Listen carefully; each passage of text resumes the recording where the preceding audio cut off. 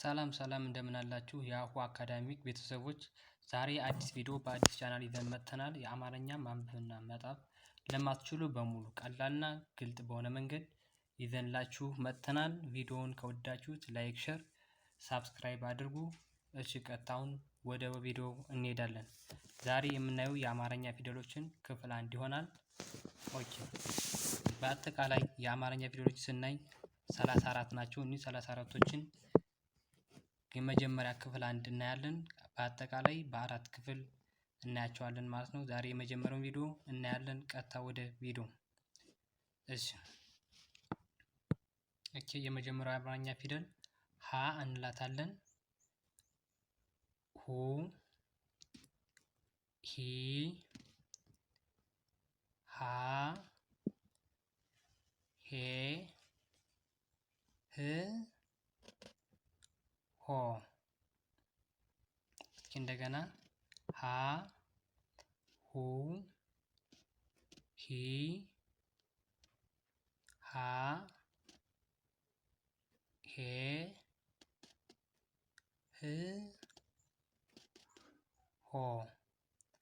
ኦኬ ይህን የአማርኛ ፊደሎች ስናይ እያንዳንዳቸው በቃል መያዝ ሳይሆን እያንዳንዳቸው ፊደል ምን አላቸው የሚለውን ማወቅ አለበት። እያንዳንዳቸው አንደኛው ከሁለተኛው ከሶስተኛው በምን ይለያሉ የሚሉትን ለምሳሌ የመጀመሪያዎች ምንም ቅጥል ምንም የላቸውም፣ ኖርማል ናቸው። ከዛ አንደኛው ከሁለተኛው የሚለየው ሁለተኛው ፊደል በሙሉ ምን አላቸው? ከጎናቸው ቅጥል አላቸው ማለት ነው። ሁሎችም ማየት እንችላለን። ከጎናቸው ቅጥል አላቸው። እሺ ሶስተኞች ደግሞ ከታች እግራቸው ምንድነው? ወደ ኋላ የዞረ ነው ወይም ጫማ መሳይ ቅርጽ አላቸው ማለት ነው።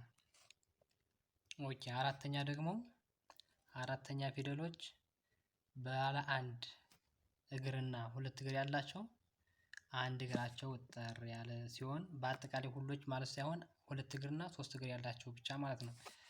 ኦኬ ወደ አምስተኛው ስንሄድ ደግሞ ምንድነው? ከታች ምን አላቸው? ቀለበት አላቸው ማለት ነው።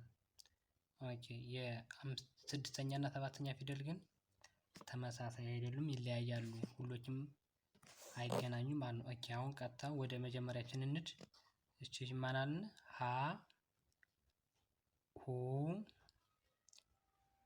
ሂ፣ ሃ፣ ሄ፣ ህ፣ ሆ። እቺ ቀጣይ ወደ ሁለተኛው ለ፣ ሉ፣ ሊ፣ ላ፣ ሌ፣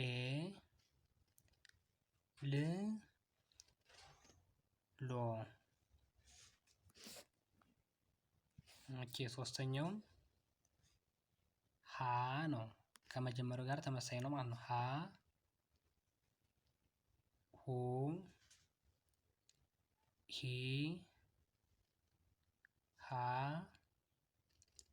ሄ፣ ህ፣ ሆ እንላለን ማለት ነው።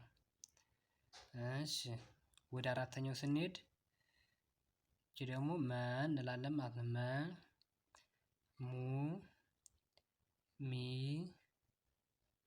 ማ፣ ሜ፣ ም፣ ሞ። ኦኬ ቀጣይ ወደ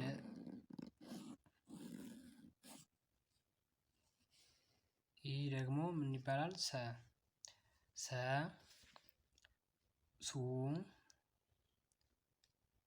ሲ፣ ሳ፣ ሴ፣ ስ፣ ሶ። ኦኬ ቀጥሎ እረ፣ እሩ፣ እሪ፣ እራ፣ እሬ፣ እር፣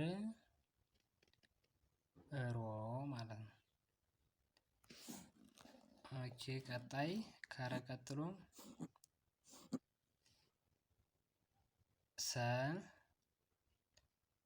ሱ ሲ ሳ